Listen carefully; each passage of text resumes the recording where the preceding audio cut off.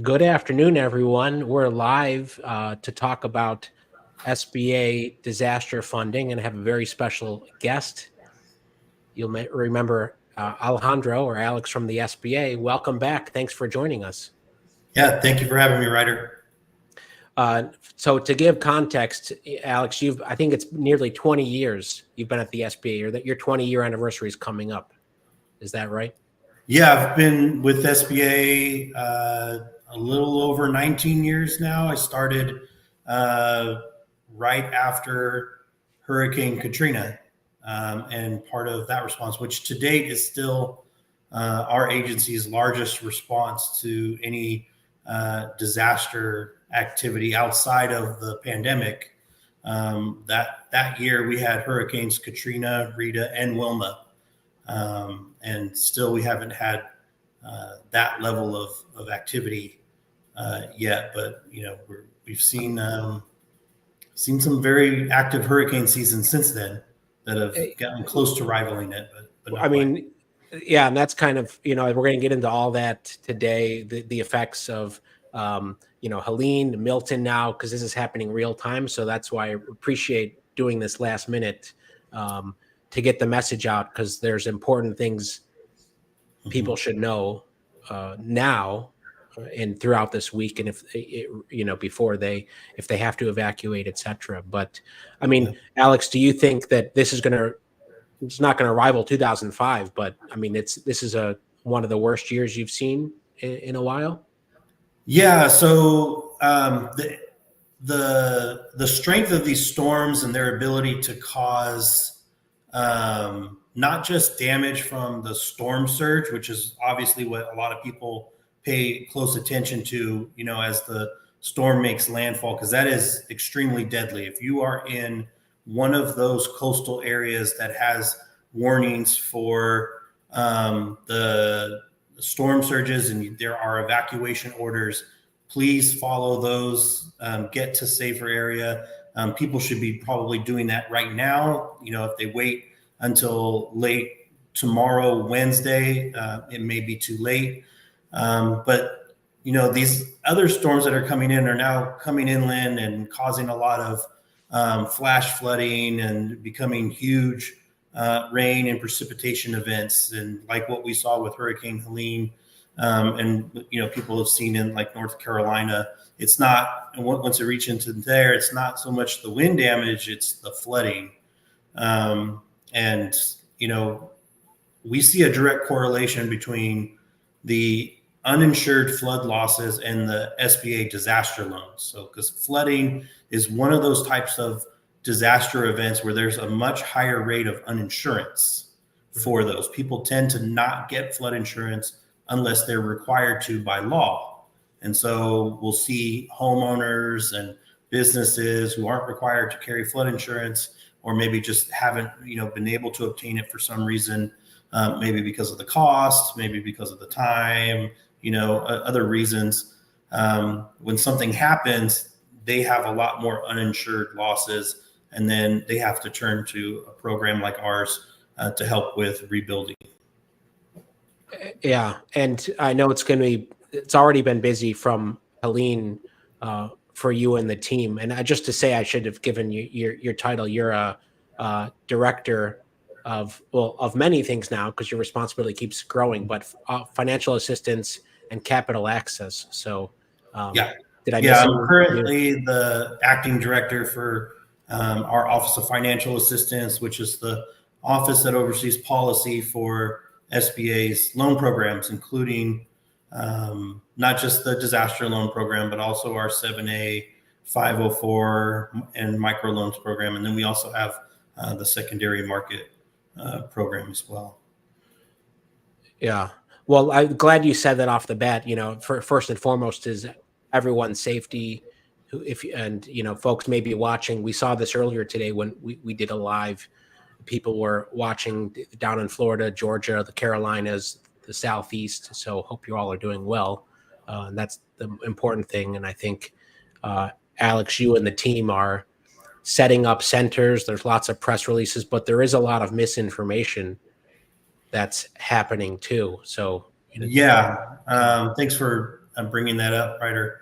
So, I mean, in every disaster event, we've seen, cases of misinformation, and we've, as federal disaster programs, we do our best to try and correct that. But usually it's information that's just inaccurate, right? Small stuff about who should apply and, what you might be eligible for and things like that. But what we've been seeing lately with Hurricane Helene and the response there, based on my experience, I can only describe as just a blatant misinformation campaign. And it worries me because it seems to be for the purpose of undermining confidence in the federal response for whatever reason, but that seems to be the goal. And the problem with that is it has a very real negative impact on the disaster survivors who are in those areas and trying to recover now from those events.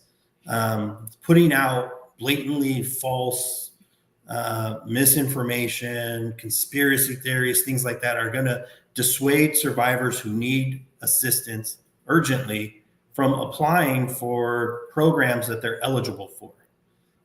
That's true for the programs that FEMA's, providing to people right now. And it could be true for when it comes time for them to apply for the SBA disaster loans.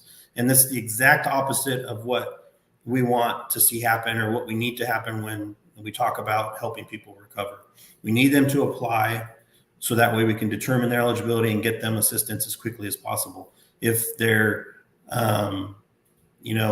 being bombarded with false information and everything, they're going to get distracted. They're going to get routed to, the wrong resources. They're going to lose time.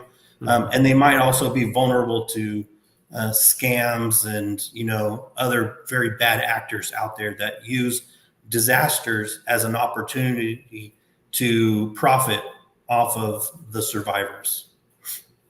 Absolutely. I mean, you saw that more than anyone during the COVID idle programs, and just to give your team a lot of credit. Obviously, we've covered every change that you've made over the past 4.5 years, from increasing EIDL loan limits to deferment to the hardship accommodation and getting the record straight. And but we'll leave this link too in the description. So it's the FEMA.gov site where it's dispelled a few of these problems you've mentioned, like FEMA only provides loan to disaster survivors. That's false. And there's clarification there. Or applying multiple times for assistance will speed up the process. Also false. So, right. So yeah, this disaster events, I mean, I always say this, it really does bring out the best in people. You see neighbors helping neighbors, people coming to the aid of their community, you see people from across the country come all the way to help neighboring states. But it also brings out, some really bad actors too, that we have to be, on the lookout for. So, and yeah, thank you for, raising what some of the lessons learned from the pandemic were. And I think what you have on screen right now is a great example of that. One of the lessons we learned was that we needed to have a safe and secure way of communicating back and forth with the applicants and the borrowers. So one of the improvements we did as we transitioned into servicing those COVID idle loans was to create this SBA Loan Portal. This allows borrowers to create a password protected user account that they can log into, manage their loan, make payments, access different records and things. And then they can also communicate with us. They can send us messages, servicing requests, and we can respond to those, and they have a record of it. And it's all behind the password protected user account. No more of this, having to email us or responding to people that are emailing you that you aren't sure are they actually with SBA or not. This was a different lesson learned. And this same My SBA Loan Portal now includes the disaster loan application. This is where you go when you need to apply for a new SBA disaster loan. Yeah, and that's lending.sba.gov. So, whether you're affected now or in the future, and there's been a ton of changes here. It's simple as putting in your state, putting in your county, then putting in if your home or business has been affected, and physical or economic damage. And then I think it prompts you to log in to like you said, Alex, to make sure that things are secure. But you can at least do this part, and just to see, if you're in a declared disaster area. I know there's also all that information on the SBA newsroom. You can do it this route, but I mean, Alex, you'd probably say, hey, this is the easiest thing for folks to go here and see if they're in a declared disaster county. Yeah, people may not realize, SBA is extremely active in responding to different types of disasters all around the country, all year round. I think we're currently responding to more than 35 active disaster declarations around the country. Those range from those major presidential declarations like we have for Hurricane Helene in multiple states to smaller, more, regional or localized types of disasters that might only affect businesses and economic injury. So you would have, maybe something like a Secretary of Agriculture declaration, and we're providing economic injury disaster loans to small businesses that are impacted by a drought, or something else like the Francis Scott Key Bridge collapse was another example of an EIDL or an economic injury disaster loan only declaration. Yeah, absolutely. And so one of the things you mentioned too is, I mean, people may have already left, but there's a couple of tips that people should keep in mind, good practice, in terms of documentation and videoing property. I don't know if you want to talk about that. Yeah. So if there are any businesses out there who haven't left the premise yet, because let's say, there may be not right on the coast. They're in one of the other areas that maybe hasn't implemented an evacuation order yet, or maybe it's voluntary and they still have a little bit more time. If you're still there, one of the things I recommend you doing is to, you need to document your business property before you leave.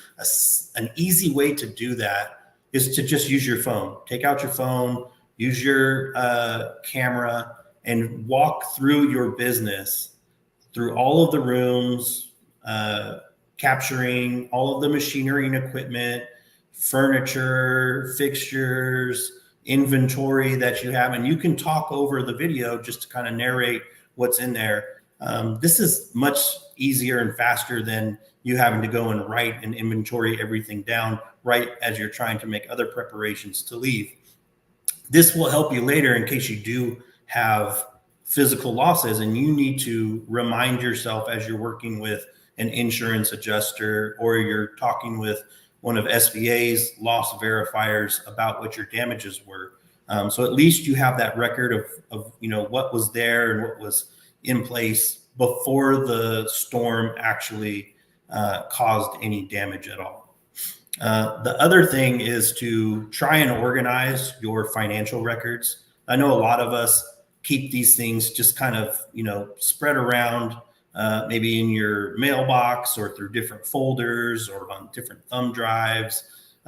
Try and collect those things so they're all easy for you to access in one place, whether you're keeping those in the cloud or like I said, if you're keeping them on a thumb drive or something. So that way later on, as you're, if you do suffer damages from one of these events, you're going to have a lot of other things on your plate to do, but at least one of them won't be having to go out and search through all of your digital records to find those things. You'll have them, you'll know exactly where you placed them so you can access them later. Those are the two things I think, besides a lot of other things that you would have had to have done much earlier, like creating some kind of a business preparedness plan, exercising it with your staff and employees, and implementing it, that kind of stuff.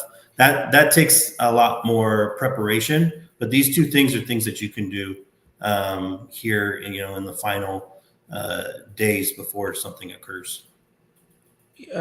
Absolutely, and those are good lessons for wherever you are, given the prevalence of, things happening now or in the future. Just being prepared, the kind of the mantra of having a preparedness plan. And if you're a business owner, doing those two things, making sure you've got stuff securely in the cloud, it's backup, and video documentation of your situation or your property. Well, the one question came in, how long after we apply will we get approval of funds? We applied Friday, and application status is under review. You talk about, what you're seeing in terms of turnaround times. So yeah, it's really going to depend on the type of application, right? So home loan applications or business applications for sole proprietors and independent contractors, those can usually be processed pretty quickly. Prior to Hurricane Helene and this recent spike in activity that we're starting to see, we were turning around credit decisions in those in just like 1 to 2 weeks. With the increase of activity, though, that we're looking at coming, I do expect that there's probably going to be a little bit longer average processing time. And especially for those business applications that have a more complex ownership structure, right? So if you have a corporation and you have multiple owners, and we have to get financial records and things for them, as part of the application, expect that some of that stuff might take a little bit longer. But just know that we will always try and process them as quickly as we can, and we always follow a first in, first out sort of approach, where we process the applications that came in first and that are the oldest ones, which is why we encourage businesses to apply early, as soon as you can, even if you're not sure you're going to take the loan if you are approved, because at least you'll know what you qualify for. And then in the event that you do need the loan, at least it's there available to you, and then you can move on with the next step. You're not obligated to accept a loan if you are approved. You can decline it, and then let's say something happens later on. You can come back and say, you know what, after all, I do need that loan that I didn't accept before. Turns out insurance didn't provide me as much as I thought they were going to, or whatever might have changed. And we can reinstate those canceled loan funds for you. And but like I said, best practice is to apply early and then make a decision later once you know what you qualify for. I'm glad you said that. You've said this in the past, and I say it all the time too. You don't owe anything until you accept the offer, but see what's out there to have a backup plan, or a first option, second option, just to see. Yeah. So. Yeah, and the disaster loan program with SBA has some, really great terms that make it affordable. And there's some recent things that we did for the program to help expedite, getting that money into the hands of the survivors. And we can talk about that if you want. But I know a lot of the people who followed the COVID EIDL program and maybe have applied for the disaster program since then for other events know about the low interest rates that we offer. But maybe they're not aware that we also provide up to a full year of no interest accrual and no payments from the date of the initial disbursement. So interest doesn't accrue. We're not asking for any payments for that first year of the loan, which also, helps keep the overall cost of the recovery low. Yeah, that was a change from about a year ago after Hawaii. Or was it around then? It was actually before the Hawaii wildfires. Uh-huh. We made that change. We made that change in the summer of 2022, and Okay. it's been in place since then. So yeah, I'm glad we made that change because it was also much, um, simpler to explain to disaster survivors. It was easy for them to understand a deferment now means no interest and no payments. Whereas before, deferment just meant the payment, but the interest was accruing on anything that we had dispersed.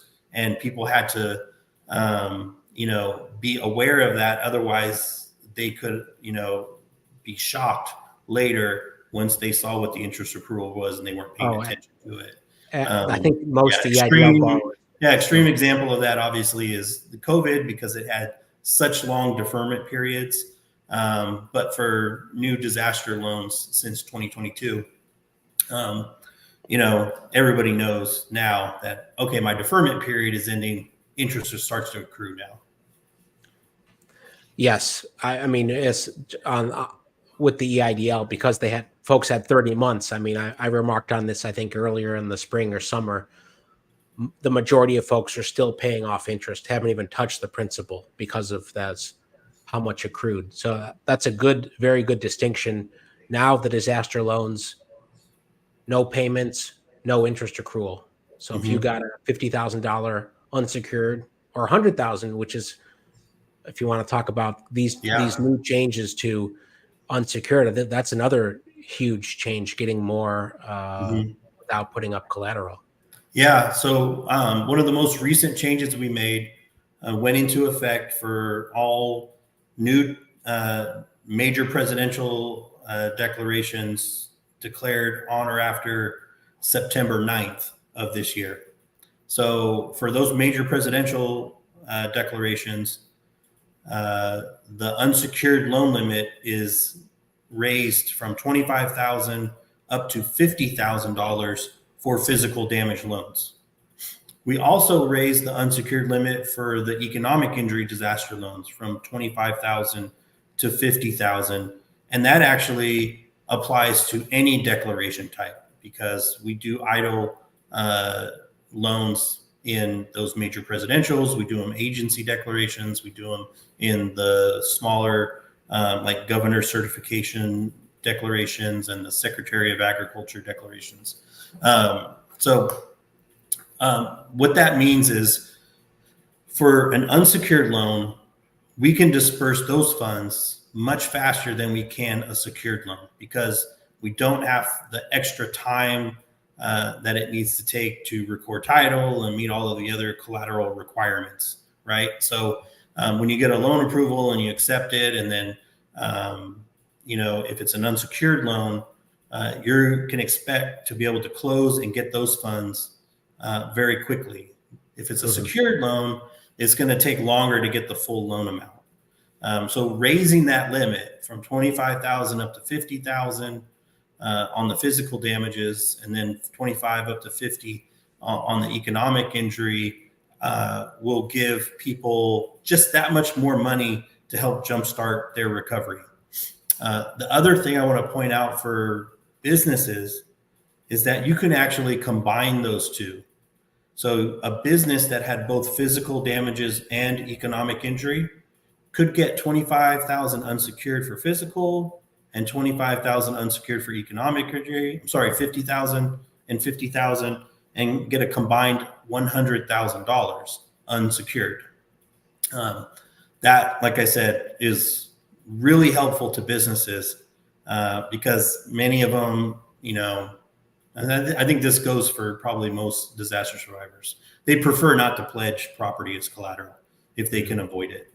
But also, it's just the time savings of getting that money in their hands so that way they can begin to rebuild or, whatever it is they need to do. If they need to look at doing a relocation, or if they're just wanting to pay their staff who, have their own needs.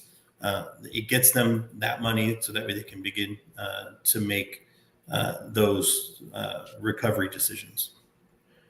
Absolutely. 100. So 100K, if you were able to get both 50 and 50 for, Mm-hmm. yeah, that's a big deal. Yeah. For a lot of folks, uh, the speed is the important thing there.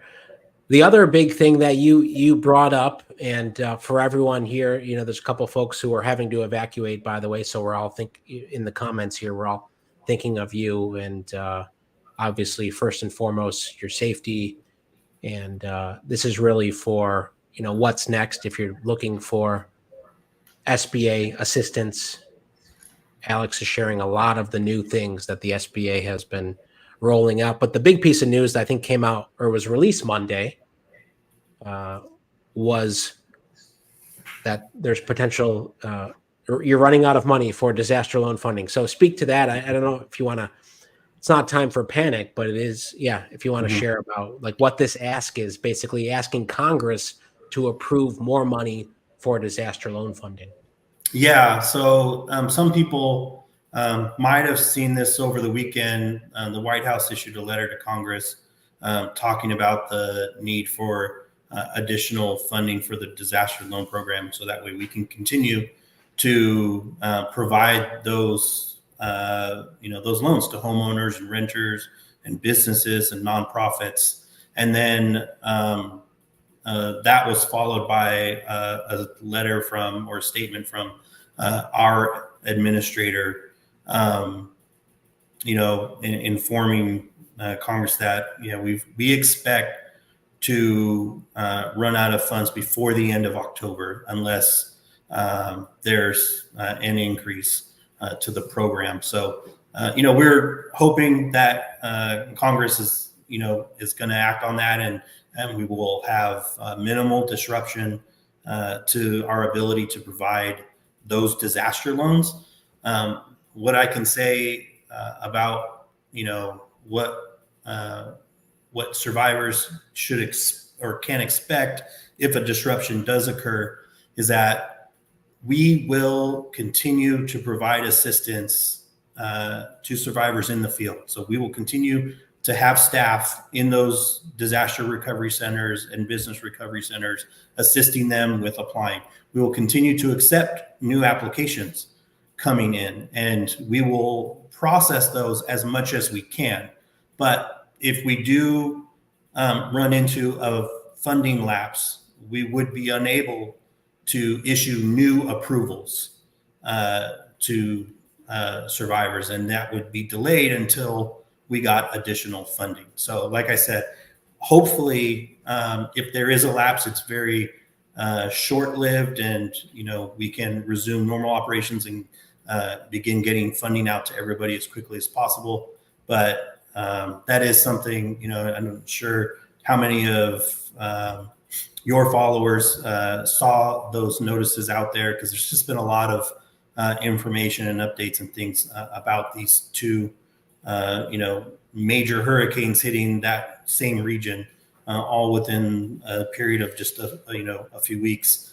But wanted to clarify that and continue to follow the SBA for any important updates as far as the timeline goes for when there might be any impact to the availability of disaster loans. Yeah, absolutely. We're with you. We hope there's not a gap, but certainly it underscores your point to consider applying early if you are affected and you have the option to not wait. But I think as folks who are tuned in, will be aware of this anyway. But hopefully there's good progress there, and that people, well, if folks, the ideal case is these disasters don't happen, but they happen, and we know business owners and folks need assistance. So hopefully Congress can allocate more funding. Alex, I know we covered a lot of pieces, obviously, like what folks can do in light of Helene, Milton, the other 35 declared disasters at lending.sba.gov, some of the rumors that have been happening, like the $750 is the maximum, which is folks. So let me just comment on that and maybe like a couple other things too, because What people probably don't realize, because they don't, live and work in this world, like, I have for the last almost 20 years, is that $750 for serious needs assistance is what I think FEMA refers to it as. That is definitely not the maximum amount that any survivor who's been impacted by this can get. That's the immediate amount that they give to you very quickly. And it didn't always exist. They didn't always provide immediate assistance to you like that. That's something that's, I would say, a little bit newer, in recent years, and FEMA's done a really great job leaning forward as far as trying to expedite assistance to survivors, get them what they need without making them go through overly burdensome process of applying for things and providing documentation to prove what their impact was, just to get, what they need in order to get food and water and medicine and, baby supplies and whatever the need might be. So that is like, I was really surprised to see a program like that, which has really come to the aid of so many survivors around the country for different disaster events, be targeted for this misinformation and be completely flipped around as something that it wasn't.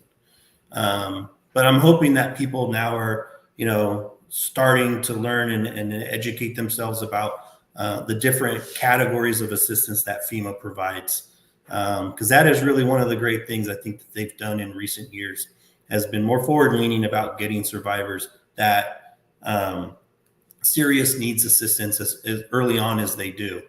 The other thing that FEMA did earlier this year was they removed a requirement that survivors, and this mainly applies to the homeowners and renters, but they removed a requirement that those survivors had to apply with SBA in order to get referred back to FEMA to be considered for other categories of assistance, mainly something they call other needs assistance for personal property.